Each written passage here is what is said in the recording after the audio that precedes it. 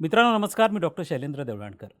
मित्रांनो 14 डिसेंबर रविवारची संध्याकाळ, देश ऑस्ट्रेलिया आणि तिथलं सिडनी हे अत्यंत महत्त्वाचं शहर आणि ह्या सिडनीमधला जगातला एक आयकॉनिक आणि सगळ्यात जास्त गर्दी असणारा म्हणजे मोस्ट क्राउडेड अशा प्रकारचा समुद्रकिनारा सी बीच आणि त्याचं नाव बॉन्डी. आणि इथं एक ऐतिहासिक घटना घडली. ती ऐतिहासिक यासाठी आहे की ऑस्ट्रेलियाच्या इतिहासामध्ये सगळ्यात मोठा दहशतवादी हल्ला हा 14 डिसेंबरला संध्याकाळी 7 वाजता ह्या बॉन्डी बीचवरती झाला. आणि तो यासाठी महत्त्वाचा होता की त्याच्यामध्ये 10 वर्षापासून तर 87 वर्षापर्यंत म्हणजे अगदी लहान मुलापासून तर वयस्करांपर्यंत सगळ्यांचा समावेश असणारा आणि त्या हत्याकांडामध्ये म्हणा किंवा त्या दहशतवादी हल्ल्यामध्ये म्हणा साधारणतः 16 लोकांचा मृत्यू झाला. आणि ही घटना संपूर्ण जगाला हादरवून टाकणारी होती. याचं कारण असं होतं की जे मृत्युमुखी पडले ह्या हल्ल्यामध्ये ते ज्यू समुदायाचे होते आणि त्यामुळे त्याचे व्हायब्रेशन्स हे संपूर्ण जगभर उमटले. जगभरातनं मोठमोठ्या प्रतिक्रिया आल्या. मित्रांनो, हा जो दहशतवादी हल्ला होता, हा दहशतवादी हल्ल्यामागचं कारण काय आहे ते तर आपण समजून घेणार आहे, परंतु याचे धागेदोरे, याचं मूळ हे आता कुठपर्यंत गेलेलं आहे ते देखील मी या व्हिडिओच्या माध्यमातून आपल्या सगळ्यांपुढे सांगणार आहे. मित्रांनो, 14 डिसेंबरला जो रविवार होता आणि त्या रविवारी संध्याकाळी ऑस्ट्रेलियामधल्या ज्यू समुदायाचे लोक साधारणतः त्यावेळेला 400-500 लोक हे बॉन्डी बीचवरती एकत्र आले होते. ते एकत्र येण्यामागचं कारण असं होतं की ज्यू धर्मामध्ये किंवा समुदायामध्ये एक महत्त्वपूर्ण सण आहे आणि त्याला हानुका असं म्हणतात. हा हानुका जो सण आहे हा प्रामुख्याने दिव्यांचा सण म्हणून ओळखला जातो. त्यावेळी वेगवेगळ्या प्रकारचे दिवे लावले जातात. जसं आपल्याकडे दिवाळी हा दिव्यांचा सण आहे, तसं ज्यू समुदायामध्ये हानुका हा दिव्यांचा सण आहे आणि त्याची सुरुवात जी आहे ती 14 डिसेंबरपासून होणार होती. हा जगभरामध्ये साजरा केला जातो. तशाच पद्धतीने तो ऑस्ट्रेलियामध्ये देखील साजरा केला गेला आणि त्यासाठी हे ज्यू समुदायाचे लोक हे बॉन्डी बीचवरती एकत्र आले होते. आणि अशा वेळेला त्यांच्यावरती 2 व्यक्तींनी अतिशय बेछूट अशा प्रकारचा गोळीबार केला. आणि हा जो गोळीबार आहे हा साधारणतः 10 मिनिटं चालला. याच्यामध्ये 100च्या वरती बुलेट्स ज्या आहेत त्या फायर केल्या गेल्या. आणि याच्यामध्ये जे 2 दहशतवादी ज्याच्यामधल्या एकाचा मृत्यू झाला आणि एक जण सिरियस आहे, हे दोघेही जण जे अक्रम पितापुत्र आहेत. आणि हे जे साजिद आणि नावीद म्हणून आहे त्यांचं नाव, हे दोघं जणांचं जे मूळ आहे त्याच्याकडे मी नंतर येणार आहे. मात्र त्यांनी 100च्या वरती बुलेट्स फायर केल्या. 10 मिनिटं हे फायरिंग चाललं आणि त्यामध्ये 16 जणांचा निष्पाप लोकांचा मृत्यू झाला. पहिल्यांदा ऑस्ट्रेलियामध्ये इतका भीषण अशा प्रकारचं दहशतवादी हल्ला झाला.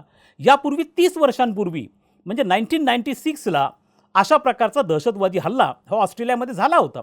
त्यानंतर तुरळक घटना घडल्या, परंतु एवढ्या मोठ्या प्रमाणावरचा हा पहिला हल्ला होता. आता आपल्याला हे लक्षात घेणं गरजेचं आहे की दहशतवाद्यांचा जो मोटिव्ह होता, तो मोटिव्ह किंवा त्यांचं जे उद्दिष्ट होते ते स्पष्ट होतं. त्यांना हा जो अटॅक आहे हा अटॅक पूर्णपणे एका विशिष्ट समुदायाच्या लोकांवरती त्यांना करायचा होता. त्यामुळे त्या समुदायाच्या लोकांना त्यांना टार्गेट करायचं होतं. अशा प्रकारचं टार्गेटेड किलिंग जे आहे याच्या घटना तुम्हाला गेल्या काही वर्षांमध्ये सातत्याने घडताना दिसून येतात. अगदी नुकतंच उदाहरण तुम्हाला द्यायचं तर भारतामध्ये जो पहलगामचा दहशतवादी हल्ला झाला, जो पाकिस्तान पुरस्कृत दहशतवादी संघटनेने केला, त्यामध्ये भारतीय नागरिकांना त्यांचा धर्म विचारून त्यांच्यावरती अटॅक केला गेला होता. त्यानंतर आपण असं बघतो की अशा अनेक घटना तुम्हाला अलीकडच्या काळामध्ये अनेक ठिकाणी घडताना दिसून येतात. आता मुद्दा येतो की या ज्यू समुदायाच्या लोकांना जे शांततेने तिथे एकत्र आले होते त्यांना अशा पद्धतीने 2 व्यक्तींनी का टार्गेट केलं, प्रथम तर हे लक्षात घेणं गरजेचं आहे. मित्रांनो, या सगळ्या प्रकरणाची जी सुरुवात आहे ना ही 7 ऑक्टोबर 2023ला झाली. 7 ऑक्टोबर 2023ला अशाच पद्धतीने हमास या संघटनेने, जी पॅलेस्टाईनची संघटना आहे, ज्या संघटनेने इस्रायलवरती अशाच पद्धतीने ज्यू समुदायाच्या लोकांवरती आक्रमण केलं, हल्ला केला आणि त्यात 300च्या वरती लोक, निष्पाप लोकही मारले गेले. 7 ऑक्टोबर 2023ला ज्या पद्धतीचा हल्ला झाला अगदी तशाच पद्धतीचा हा हल्ला होता, जो ज्याचं पुन्हा एकदा त्याची पुनरावृत्ती पहलगाम दहशतवादी हल्ल्यामध्ये झाल्याचं आपल्याला प्रामुख्याने दिसून येतं. हा जो 7 ऑक्टोबर 2023चा हल्ला होता त्याचा बदला इस्रायलनी घ्यायला सुरुवात केली आणि आपण बघतो की साधारणतः 23 नंतर आता आपण 25 हा संपत आलेला आहे.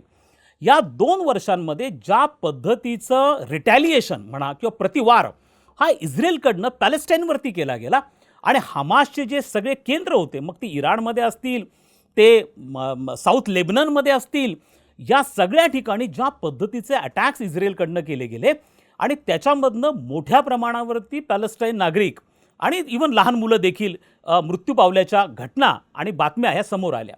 आणि त्यामुळे आपण असं बघतो की 2023 नंतर जसं इस्रायलनी पॅलेस्टाईनच्या विरुद्ध एक पद्धतीचं अनडिक्लेअर्ड वॉर जे सुरू केलं, त्यानंतर जगभरामध्ये अँटीसेमिटिझम म्हणजे ज्यू लोकांच्या विरोधामध्ये केले जाणारे हल्ले किंवा त्यांचा व्यक्तिगत पातळीवरती देखील असतील किंवा त्यांना व्हर्बली म्हणजे तोंडी त्यांचा अपमान करणं असेल, ज्याला अँटीसेमिटिझम असं म्हणतात, ह्या घटना मोठ्या प्रमाणात वाढायला लागल्या.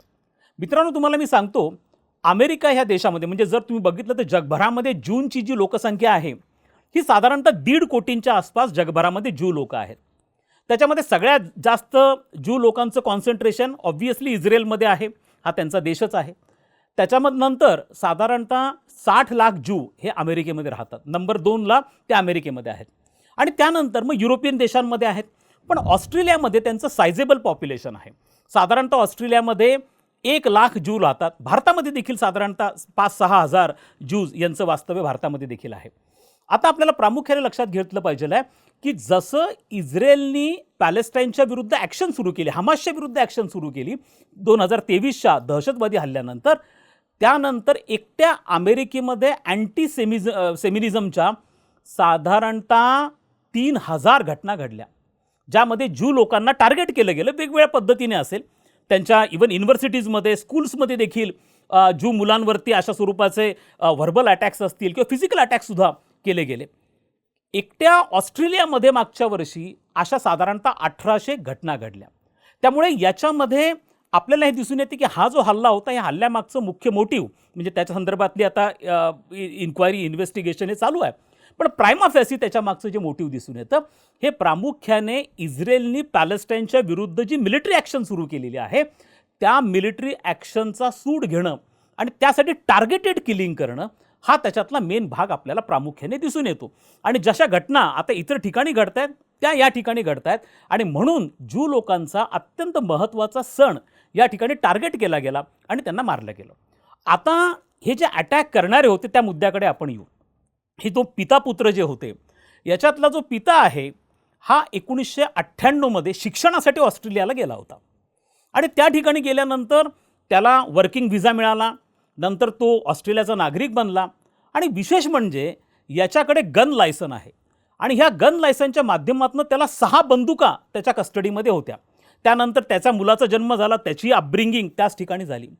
पण मित्रांनो, लक्षात घ्या, यांचं जेव्हा ओरिजिन बघितलं गेलं तेव्हा यांचं ओरिजिन पाकिस्तानमध्ये निघालं.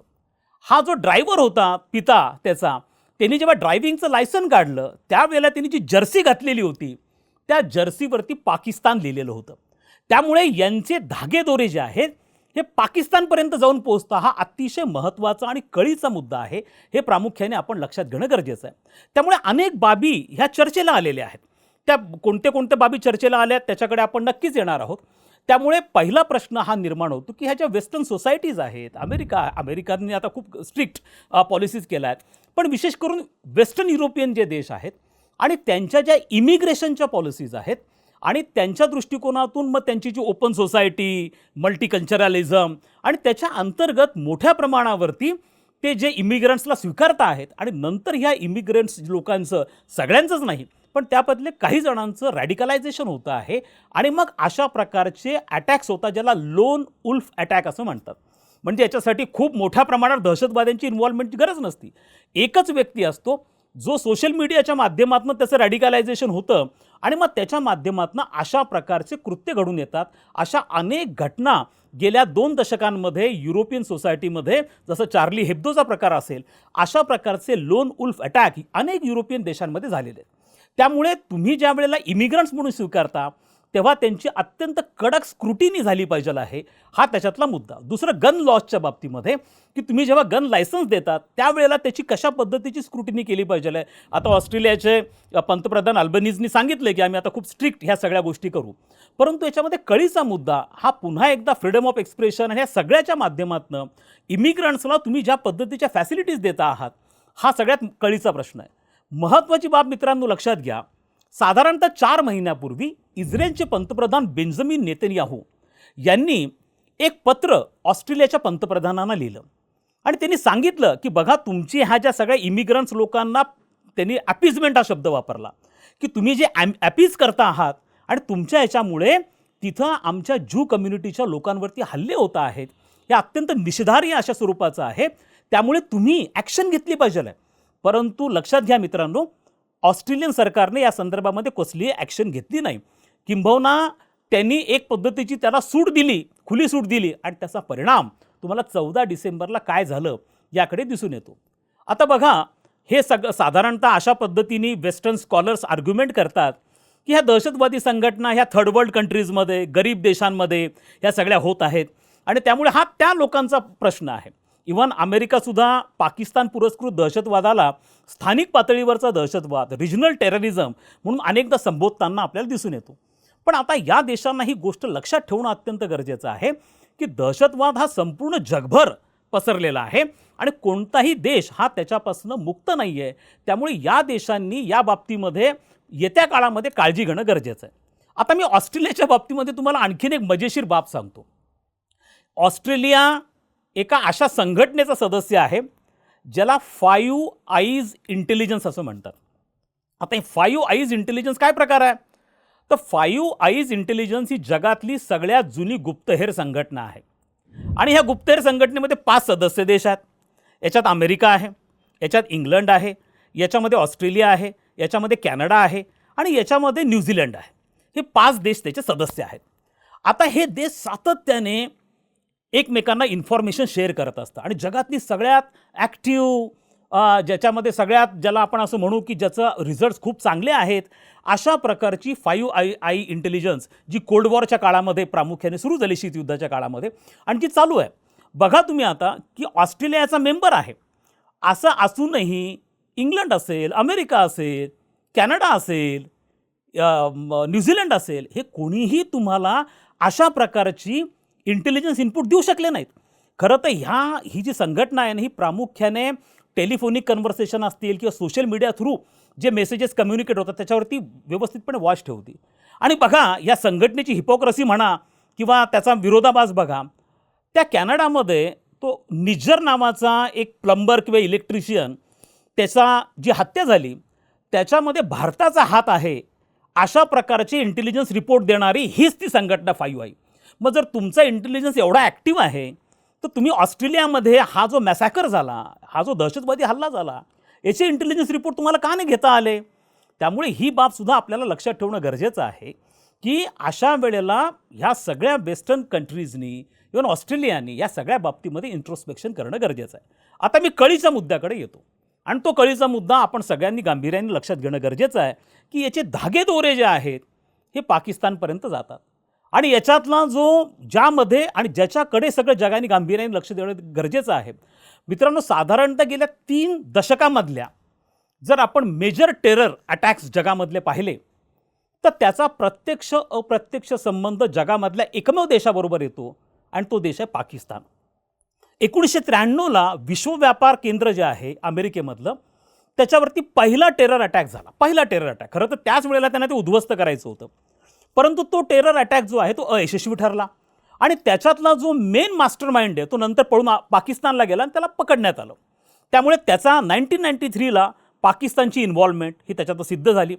त्याच्यानंतर IC-814 ज्या भारतीय विमानाचं हायजॅक करण्यात आलं आणि त्याच्या मागे जो मसूद अझहर होता, पाकिस्तानची लिंक परत एकदा ओपन झाली. 2001ला अमेरिकेवरती दहशतवादी हल्ला झाला, जगातला सगळ्यात मोठा दहशतवादी हल्ला मानला जातो. विश्व व्यापार केंद्र उद्ध्वस्त झालं. त्याचा master mind Osama bin Laden कुठे मारला गेला? पाकिस्तानमध्ये मारला गेला.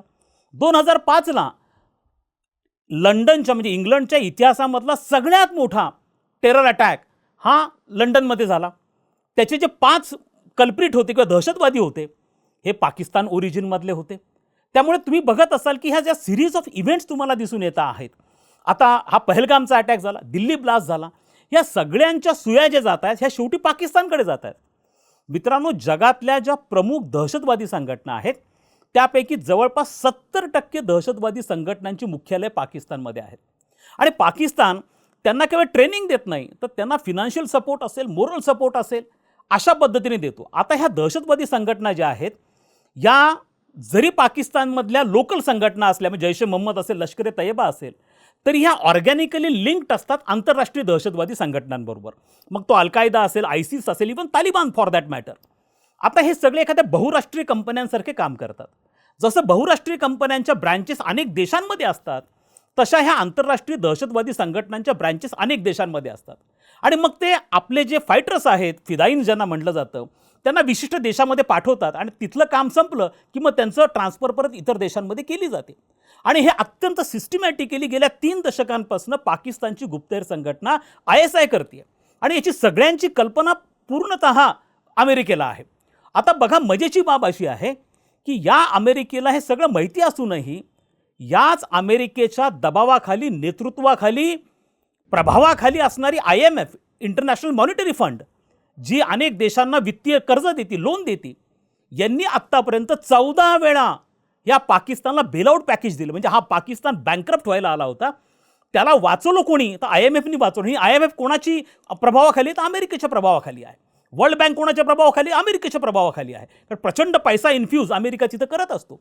आता बघा की हा आसिम मुनीर जेव्हापासून आता तो पाकिस्तानचा सर्वेसर्वा झाला आहे, म्हणजे पाकिस्तानमध्ये लोकशाही नावाला आहे, तिथं शहबाज शरीफ जरी पंतप्रधान असले तरी आता हा संपूर्ण तिन्ही सैन्य दलाचा प्रमुख, ज्याला चीफ ऑफ सिक्युरिटी फोर्सेस असं म्हटलं जातं, नुकतं त्यांच्याकडे 27वी अमेंडमेंट झाली आणि त्याच्या माध्यमातून फील्ड मार्शल आसिम मुनीर याला 5 वर्षाचं टेन्यूर दिलं गेलं आणि तो आता पाकिस्तानचा सर्वेसर्वा झाला. हा अत्यंत फॅनॅटिक अशा स्वरूपाचा आहे. त्याचा उल्लेख, त्याची तुलना ही जनरल झिया उल हक बरोबर केली जाते. आणि त्यामुळे जसं झिया उल हक हे अत्यंत फंडामेंटलिस्ट होते, त्याच आणि त्यांच्याच काळामध्ये काश्मीरमध्ये प्रॉक्सी वॉर सुरू केलं पाकिस्ताननी, त्याच पद्धतीने हा आसिम मुनीर आहे. आणि अशा आसिम मुनीरला की ज्याच्या स्पीचमुळे पहलगामचा दहशतवादी हल्ला घडला होता, हा इतिहास आपल्या सगळ्यांना माहिती आहे, याला डोनाल्ड ट्रम्प व्हाईट हाऊसला बोलवतात, त्याला जेवण देतात, शहबाज शरीफला बोलवतात, त्यांना मिसाईलशी मदत करतात, त्यांना सिक्युरिटी एड प्रोव्हाइड करतात. आता मला सांगा की ह्या ऑस्ट्रेलिया, जो अमेरिकेचा मित्र देश आहे, मित्रांनो, ज्या पद्धतीने आपल्यावरती, मुंबईवरती दहशतवादी हल्ला झाला आणि अजमल कसाब याचं ट्रेस हा पाकिस्तानमध्ये गेला की हा पाकिस्तान ओरिजिन आहे आणि पाकिस्तानने ॲज युज्युअल हात वरती केले. आता पाकिस्तान परत हात वरती करणार का? कारण ऑस्ट्रेलियाच्या प्रकरणामध्ये दोन्ही जे मुख्य दहशतवादी आहेत त्यांचं ओरिजिन पाकिस्तानमध्ये, पाकिस्तान ॲज युज्युअल हात वरती करेल. आता अल्बनीज जे ऑस्ट्रेलियाचे प्राईम मिनिस्टर आहेत, त्यांच्यात हिंमत आहे का डोनाल्ड ट्रम्पला प्रश्न विचारण्याची की याचं ओरिजिन जर पाकिस्तानमध्ये आहे तर तुम्ही पाकिस्तानला एवढी मदत का करता आहात? मित्रांनो, विचारणार नाही आणि त्यांच्यात हिंमत पण नाही आहे. मी तुम्हाला सांगतो, हिंमत भारतामध्ये आहे आणि भारतात हिंमत होती म्हणून भारताने पहलगाम नंतर त्या पाकिस्तानला धडा शिकवला, ऑपरेशन सिंदूर आपण केलं. एवढी हिंमत ह्या वेस्टर्न कंट्रीजमध्ये नाही आहे, ऑस्ट्रेलियामध्ये तर बिलकुल नाही आहे. आता काय होणार? थोडीशी डागडुजी केल्यासारखं होणार आणि पुन्हा एकदा हे सगळे अटॅक जे आहेत हे कंटिन्यू राहणार. मित्रांनो, प्रश्न असा आहे की दहशतवादाच्या बाबतीमध्ये मोठ्या देशांनी राजकारण करणं सोडलं पाहिजे आहे. मग भारतामध्ये दहशतवादी हल्ले होत आहेत, तो भारताचा आणि पाकिस्तानचा प्रश्न आहे, तो स्थानिक पातळीवरचा दहशतवाद आहे, त्याचा संबंध आंतरराष्ट्रीय दहशतवादाशी नाही आहे. आम्ही त्याच्याकडे कानाडोळा करू, आम्ही त्याच्याकडे दुर्लक्ष करू, असं नाही आहे. दहशतवादी सगळ्या जगाची डोकेदुखी बनलेली आहे. पण मित्रांनो, मजेशीर बाब तुम्हाला मी सांगतो की ह्या दहशतवादाचा अर्थ काय, व्याख्या काय, याच्याविषयी जगभरामध्ये सहमती नाही. आज दहशतवादाच्या 200 व्याख्या जगामध्ये उपलब्ध आहेत. त्यामुळे एका देशाचा दहशतवादी हा दुसऱ्या देशाचा फ्रीडम फायटर असतो आणि त्यामुळे कन्सेन्सस होत नसल्यामुळे इंटरनॅशनल क्रिमिनल कोर्टच्या मॅन्डेटमध्ये दहशतवादाला पहिले 5 वर्ष घेण्यातच आलेलं नव्हतं. कारण दहशतवाद म्हणजे काय हे याच्याविषयी सहमतीच जागतिक पातळीवरती होत नव्हती.